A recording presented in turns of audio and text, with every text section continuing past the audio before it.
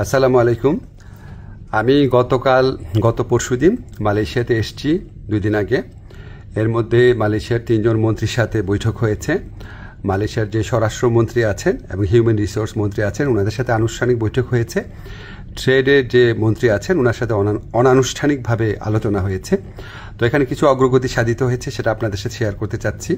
প্রথম খবর যেটা, আপনারা জানেন গত বছর মালয়েশিয়ার প্রধানমন্ত্রী আনোয়ার ইব্রাহিম সাহেব বাংলাদেশে গিয়েছিলেন। উনি বাংলাদেশের এখন যে আপনার অন্তর্বর্তী সরকারের যে আমাদের প্রধান উপদেষ্টা আছেন ডক্টর মোহাম্মদ ইউনূসের ব্যক্তিগত বন্ধু।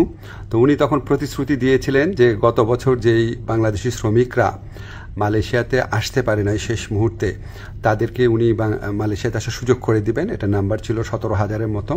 তো এটা ভিত্তিতে আমরা অনেক আলোচনা করেছি। তো তারা বলেছে তারা ব্যাচ ওয়াইজ নিবে। তো প্রথম ব্যাচ হিসাবে 7,926 জনের তালিকা ওনারা চূড়ান্ত করেছেন এবং এটা খুব অল্প সময়ের মধ্যে ওনাদেরকে মালয়েশিয়াতে কাজ করার সুযোগ দেওয়া যাবে, এই প্রক্রিয়া শুরু করে দিয়েছেন ওনারা। সেকেন্ড যে নিউজটা, ভবিষ্যৎ কর্মসংস্থানের ক্ষেত্রে আমরা বিভিন্ন সূত্রে জেনেছি আগামী কয়েক মাসে মালয়েশিয়া 1 থেকে 1.5 লক্ষ বিদেশি শ্রমিক নিতে পারে। তো আমাদেরকে মালয়েশিয়ার যে ইন্টেরিয়র হিউম্যান রিসোর্স মিনিস্টার আছে উনি আশ্বস্ত করেছেন লোক দেওয়ার ক্ষেত্রে বাংলাদেশকে সর্বোচ্চ অগ্রাধিকার দেওয়া হবে। বাংলাদেশ থেকে সবচেয়ে বেশি লোক নেবেন ওনারা, এটুকু আশ্বাস আমরা পেয়েছি।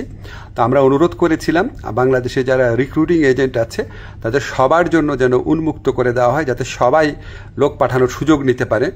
এটা আমরা অনেক ভালোভাবে বুঝিয়ে বলেছি। তো ওনারা বলেছেন ওনারা এটা ভালোভাবে বিবেচনা করে দেখবেন, আমাদেরকে অচিরেই ওনারা এই ব্যাপারে সিদ্ধান্ত জানাবেন। তো আমাদের একটা বড় অগ্রগতি যেটা হয়েছে, আমি মালয়েশিয়ার যে ইন্টেরিয়র মিনিস্টার আছে ওনাকে রিকোয়েস্ট করেছিলাম, আমাদের শ্রমিকরা মাল্টিপল ভিসা পায় না, সিঙ্গেল এন্ট্রি পায়, অন্য দেশের শ্রমিকরা পায় মাল্টিপল এন্ট্রি। তো এটা নিয়ে বেশ কিছুক্ষণ কথা হয়েছে। উনি আমাদেরকে শুধু প্রতিশ্রুতি দেন নাই, ওনার সাথে যারা কর্মকর্তারা ছিল তাদেরকে এই ব্যাপারে দ্রুত পদক্ষেপ নেওয়ার জন্য নির্দেশ দিয়েছেন।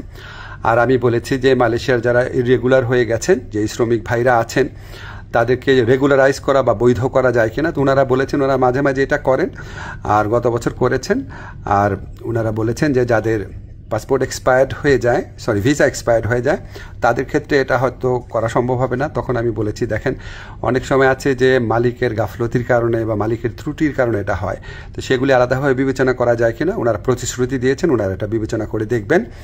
এছাড়া আমরা আরও কিছু বিষয় নিয়ে আলোচনা করেছি, যেমন আমরা বলেছি যে এখানে যে আপনার সিকিউরিটি গার্ড আছে বা কেয়ার গিভার আছে বা নার্স আছে, বাংলাদেশ থেকে নেওয়া যায় নাকি, স্কিল্ড ওয়ার্কফোর্স নেওয়া যায় নাকি, ওনারা আগ্রহ দেখিয়েছেন। এ ব্যাপারে আমাদের আলোচনা অব্যাহত থাকবে। তো আমরা মোটামুটি আশাবাদী এবং আমরা মনে করি যে এই যে এতটা ফলপ্রসূ একটা আলোচনা হলো, সেটা আমাদের প্রধান উপদেষ্টার অবশ্যই উনার বন্ধুত্ব, উনার গাইডেন্স আছে, উনার যে বন্ধুত্ব আছে মালয়েশিয়ার প্রধানমন্ত্রীর সাথে, উনার যে গাইডেন্স আছে আমাদের প্রতি, আপনাদেরকে জানাচ্ছি ব্যক্তিগতভাবে উনি মালয়েশিয়ার শ্রম বাজার নিয়ে ব্যক্তিগতভাবে উনি আমাদেরকে নির্দেশনা দিচ্ছেন, বৈঠকে বসছেন, ওনার কথা মতোই আমরা কাজ করছি। আর আমাদের এখানে প্রধান উপদেষ্টার যে স্পেশাল এনভয় আছে লুৎফে ভাই, উনি আলোচনায় অংশ নিয়েছেন, অনেক অবদান রেখেছেন। আমাদের প্রবাসী কল্যাণ মন্ত্রণালয়ে যারা আছেন তারা গত কয়েক মাস ধরে চেষ্টা করে যাচ্ছেন বিষয়গুলো এগিয়ে নেওয়ার জন্য। আপনাদের দোয়া ছিল, এই জন্য এতটুকু অগ্রগতি হয়েছে। আপনারা দোয়া করবেন আমরা যেন মালয়েশিয়া যারা শ্রমিক ভাই আছে বা যারা আসতে চান তাদের জন্য সত্যিকারের কল্যাণকর কিছু করতে পারি। ধন্যবাদ আপনাদের সবাইকে। প্রিয় দর্শক, এতক্ষণ আমরা মিস্টার আসিফ নজরুল ওনার কিছু কথা শুনছিলাম। উনি রিসেন্টলি মালয়েশিয়া গিয়েছেন এবং সেখান থেকে উনি লাইফে বা ওনার বেশ কিছু কথা উনি শেয়ার করেছেন, যেখানে ওখানে যাওয়ার ফলে সেখানে কি কথা হয়েছে এবং সেখানকার গভর্নমেন্টের সঙ্গে যে আমরা যারা বাংলাদেশিরা সেখানে কর্মসংস্থানের জন্য যায়, এবং এটি হিউজ গ্রুপ কিন্তু মালয়েশিয়াতে আছে, লঙ্কাওয়েতে, পাশাপাশি বিভিন্ন কুয়ালালামপুরে বিভিন্ন জায়গায় কিন্তু এই বাংলাদেশিরা কাজ করছে। তো সেই জায়গায় আমরা যারা বাংলাদেশিরা সেখানে যাই, ঘুরতেও যাই, সেখানে দেখবেন প্রচুর বাংলাদেশি কিন্তু সব জায়গায় আছে।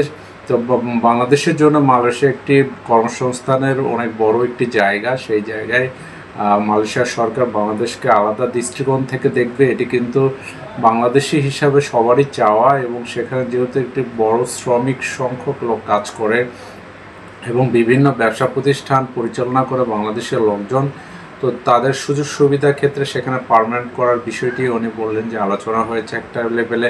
তো সেই জায়গায় এটি যদি হয় অবশ্যই বাংলাদেশি যারা স্থানীয়ভাবে ওখানে দীর্ঘদিন ধরে আছেন তাদের জন্য এটি বড় সুখবর হবে। এবং মালয়েশিয়া যেহেতু বাংলাদেশে প্রচুর মানুষ কিন্তু ভিজিটে যায়, সেখানে দেখতে যায় এবং ঘুরতে যায়, এবং তাদের কিন্তু প্রচুর একটি মার্কেট, বাংলাদেশের মানুষ সেখানে একটু বড় ধরনের মার্কেট করার জন্য যায়, ঈদের সময় যায়। তো এই জায়গায় বাংলাদেশি মানুষের জন্য মাল্টিপল ভিসার যে কথাগুলো বলেছেন যে একবার ভিসা করলে বারবার যাওয়ার যে ইস্যুটা দাঁড়ায়, তো সেটি ক্ষেত্রেও কিন্তু এখনও বাংলাদেশিরা অনেক গ্রুপ ওয়াইজ গেলেও কিন্তু হয়রানির শিকার হয়, এবং সেখানে তারা অনেক সময় 1 ঘন্টা আধা ঘন্টা তারা বসায় রেখে এটা ভেরিফাই করে তারপর কিন্তু এন্ট্রি করায়। তো সেই জায়গায় দুই দেশের মধ্যে একটা ভালো সম্পর্ক তৈরি হওয়ার ফলে যদি এই জিনিসগুলো হ্রাস পায়, এটা বাংলাদেশের জন্য এটি পজিটিভ সিগন্যাল হবে।